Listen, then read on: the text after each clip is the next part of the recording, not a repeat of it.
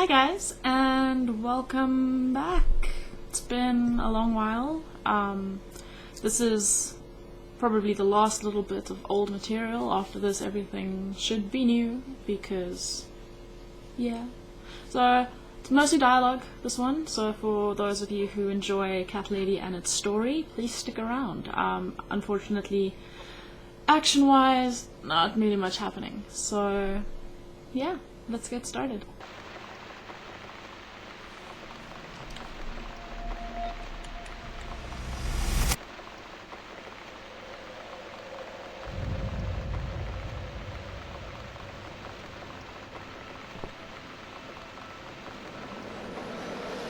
Wait, what?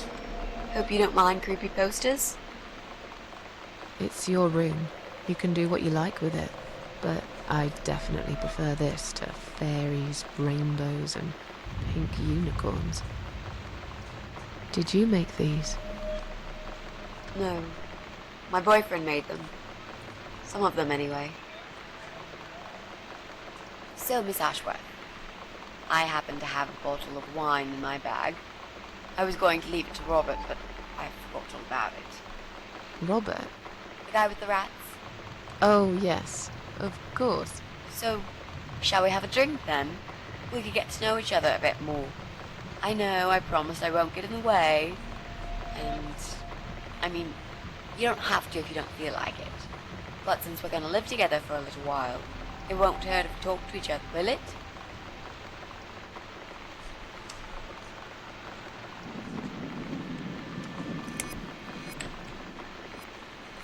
Are you sure you can drink in your condition? It won't make me any worse, that's for sure. Oh, okay, I'm not cool. on any cancer medication. I feel good. The way I see it, I haven't got much time left, so I might as well make the most of it. That makes sense, I suppose. We can have a drink if you like. Great! I'll bring the wine. Oh, damn. It's one of those bottles with a cork. Have you got a bottle opener, Miss Ashworth? In the kitchen. I'll go get it, shall I? Yes, please. And while you're there, could you get a couple of glasses, too?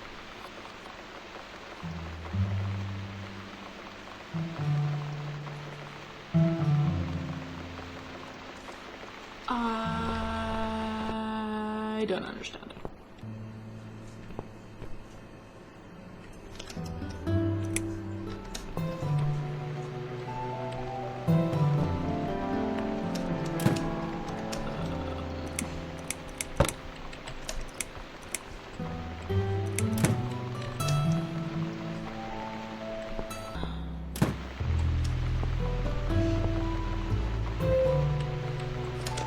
There you go. Let's get that bottle opened. Yeah. But we'll need glasses, too. See if you can find some. Cool. Finding glasses.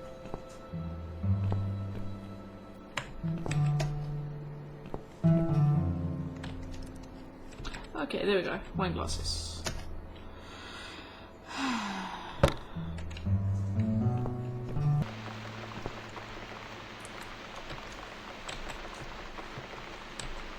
I found some wine glasses.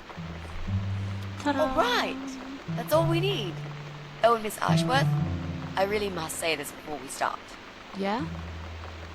I promise I won't cut your throat when you're asleep. Very funny, Mitzi. Oh, no, I mean it. That's fine. But just so you know, I always sleep with my eyes open.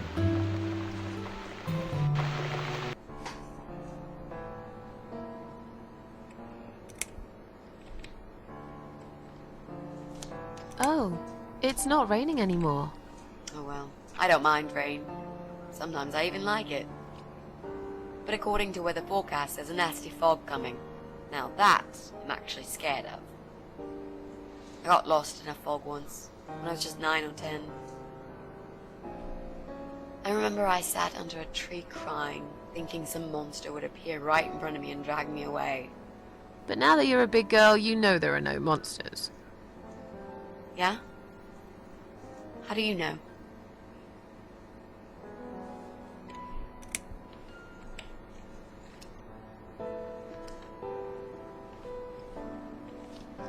The only monsters are us.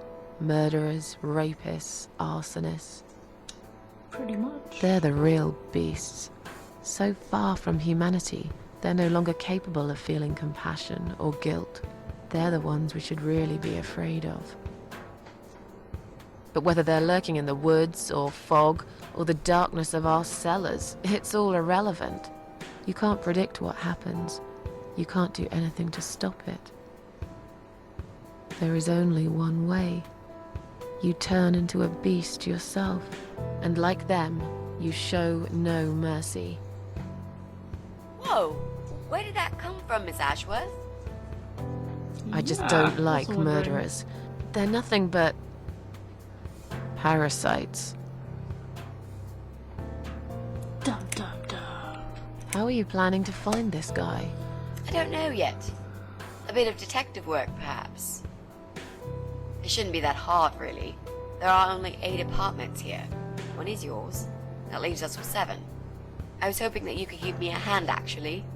You know some of your neighbors, don't you? Not many. I never really cared about them. They changed over the years, too. You probably also figured by now that this is not the sort of place where new neighbors are greeted with a freshly baked cake. You see a new face, you give them a blank stare as you pass them in the hall, and you forget about them a minute later. That bad, eh? Well, there's that bald guy who lives above me in flat 5. He came here recently to shout in my face. He's a nasty piece of work, but I really don't think he's the person you're looking for. What does he do for a living? I think he's a train driver. I can't imagine somehow that my guy would be a train driver. Okay, that's good. Leaves us with just 6. Anyone else you know? I'd have to think. You know, maybe not tonight. Let's just talk about something else, okay? I have plenty of time. There's no need to rush this. Maybe tomorrow we could sit down together and make a plan. I could draw a simple map of the building, and with your help, mark down who lives where. Sounds good to me, Mitzi. I like this, they're cute. So, the Big C. Want to talk about it? Well, to be honest, I didn't really want to tell you about it like that. I put you in a very difficult position, I know. It's just that I was really desperate to get this room. I hope you can understand. This is the last and most important thing I must do before my time is up. It's fine. You seem alright. It's just... I find it hard to trust people these days. Maybe it's time I opened my eyes to see others have problems too. Some, like yourself, even bigger than mine. What kind of cancer is it? Do you mind me asking? Brain tumor. Her name is glioblastoma. Huh. Yep, they're all girls, the way I imagine it. Just look at their names.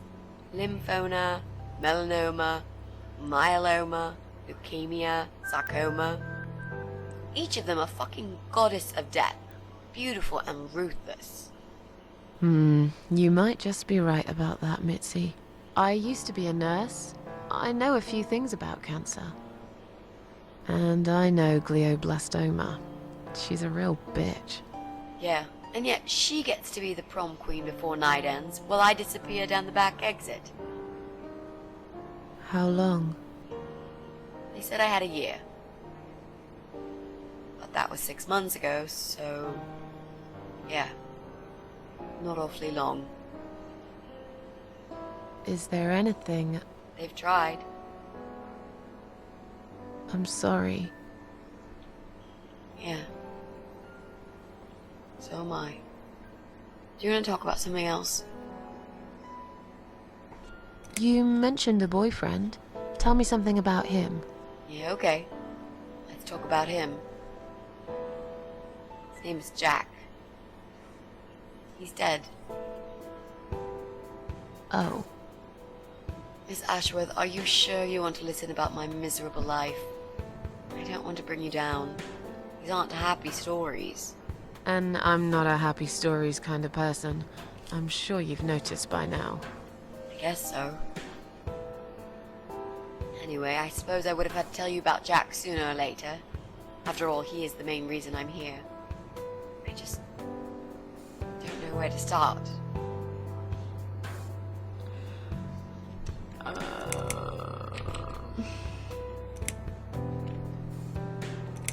How did he die?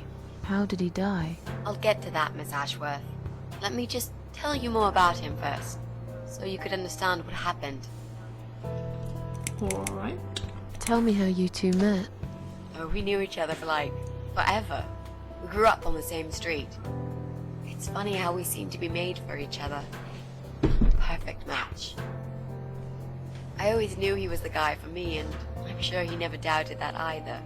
Jack was absolutely crazy about me. We thought one day we would marry, have children, be happy. I never had many friends because I had Jack. I didn't need anybody else. You know, if there's one thing I'm really grateful for in my life, it's that I got to experience this pure, perfect love. Some people go through a lifetime without knowing how it feels. I guess I've been very lucky. But all luck runs out sometimes. How did he take the news about your cancer? He thought I was joking at first. He laughed. And he got really angry. I swore to him I was serious, but he still wouldn't believe me. We had a big fight that night. It was our first and only fight. But it was awful. He smashed some stuff. His guitar, of all things, was the worst. He loved that guitar. Why did he break it? He was absolutely furious. He walked out on me that night, and when he came back the next day, he was different. He begged me to try surgery and chemotherapy. I didn't really want those things, but I did the chemo for him. It didn't help. It just made me feel sick all the time. I felt trapped in this strange place when nothing that happened around me seemed real. Maybe that's why I didn't see what my cancer was doing to Jack, and it was destroying him as well. He changed. He became obsessed with death. It seemed death was all he ever thought about, even though it was me, not him, who was supposed to die. Jack made those pictures on your wall. Was he an artist? He always liked all kinds of morbid stuff, whether it was music, movies, paintings. So do I, really. We had that in common, amongst other things. People say it's depressing to listen to sad songs or watch sad films, but I never felt that way. And yet, you are scared of fog? Oh, that's different. I might be scared of fog, but I like spiders. They're beautiful. You must be out of your mind, Mitzi. No, honestly, there is a certain indescribable beauty in sadness. Just like there's beauty in the grey and ugly winter morning when you look past the obvious and notice what others can't see. You must love my apartment, then. It's like Ugly took a vacation here and never went home again. Now for the big How question. did he die? How did Jack die? It was so distant in the last few weeks before he died. What I didn't know was that he kept looking for something. I don't think he even knew what exactly, but it eventually found him. Or rather, he found him. There are those forums online, you know, about all sorts of stuff. Fishing, computer games, horses, gambling, addictions, everything really. Accidentally, Jack stumbled upon one about suicide. There's a guy there, calls himself the Eye of Adam. He's a fucking god on that forum. It's like a failed suicide club. People mostly try to help each other and offer support. Sometimes it just helps to know there are others like you. To listen to their stories and how they cope with their lives. But the Eye of Adam is an advocate of death.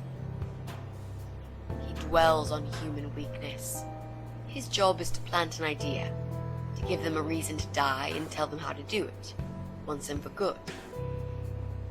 Jack took the bait. Before he knew, he was completely brainwashed. One day he sat down with me and tried to explain his perfect solution. It was the Romeo and Juliet kind of scenario.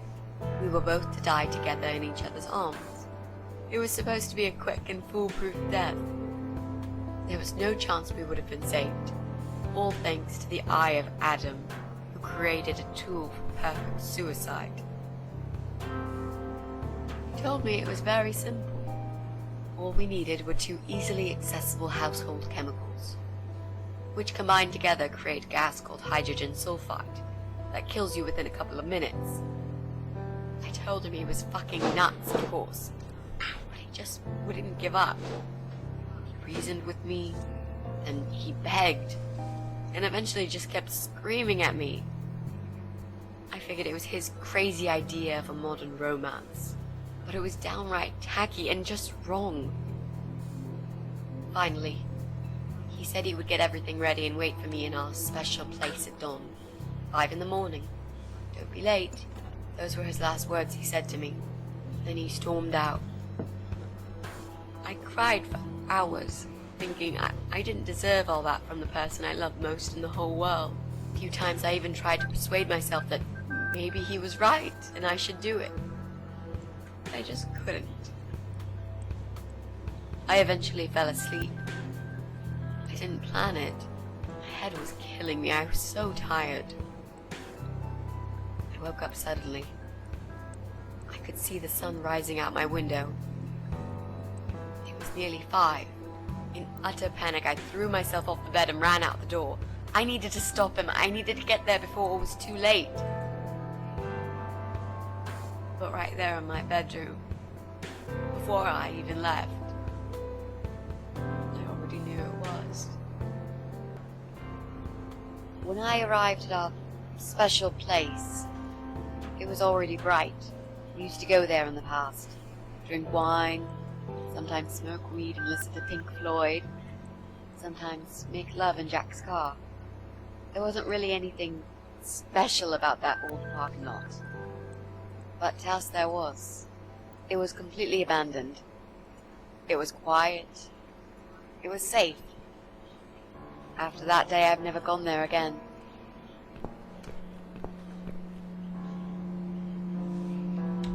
Okay, guess we're playing her.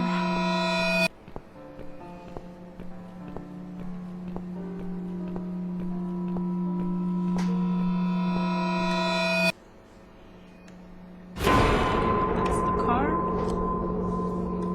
Yep.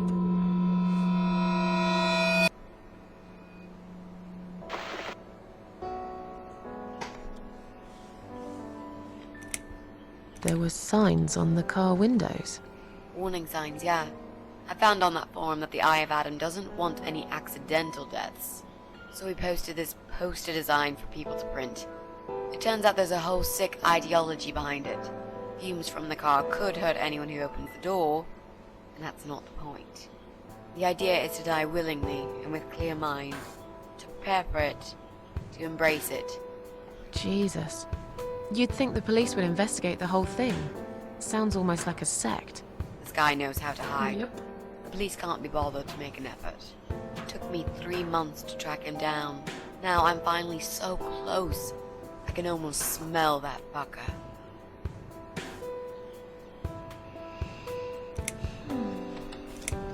I'm so sorry. I think now I understand. He loved you so much. Yeah. He couldn't bear the thought of living without you. And that guy, the Eye of Adam. I'm not surprised you want to find him. I know I would. I'm not sure if I should believe that you only want to talk to him. But hey, that's none of my business. I wouldn't know what I'd do if this happened to me. Good to know, but I really just want to talk. I want to face Jack's killer and tell him what he's done to me. You know, the funny part is that he actually told me where he lives. He wants to meet me. Would you believe that? How come? Well, this kind of thing he does is called trolling on the internet. It's It's usually a form of extreme bullying, psychological cruelty. Those who are clever enough say, don't feed the troll. Don't talk to them. It only makes it worse if you show any interest in them at all. And Eye of Adam is no exception. He craves attention. He's a hungry troll who wants to devour as many hearts as he can get a hold of. I emailed him and told him I was a massive fan who loves his work. He wouldn't believe me at first. But trolls are always hungry, and I was prepared to serve him a meal fit for a king.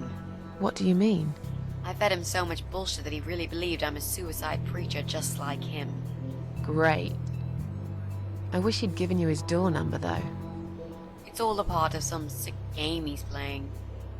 Sooner or later, I'll find him.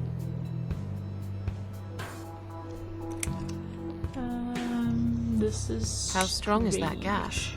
Extremely deadly, it turns out. It kills in minutes. It's that stinky stuff that smells like rotten eggs, you know? At high concentrations, it can knock down an elephant. What are those two chemical products? Well, I'm not sure if you want to know that. I get it. You don't want to tell me because I'm a fucking suicidal maniac. Is that it? No, Miss Ashworth. Pretty much. No, I didn't mean it like that. Okay. Maybe to some extent. Just replace maniac with victim and fucking with recovering. You've only just come back from the hospital. Whatever it was that made you do it, you proved you are capable of going through with it. I don't know you long enough to tell you if you're completely over it now. And the last thing I want is to give you stupid ideas. It would be just like what the Eye of Adam does. I would never forgive myself if anything happened to you because of me. I mean, how could I? Alright. What if I promise to you I will never do it again? Okay. Alright. But if you don't keep your promise, Miss Ashworth, I'll find you in hell and kick your lying ass for breaking my already broken heart. You can't kick my ass when I'm dead. I'll soon be dead too, Miss Ashworth. So, yeah, I swear I will do it. I don't think so. You'll go to heaven, you muppet. Oh. The recipe for this deadly cocktail is very simple. Any good housewife can make it in a blast.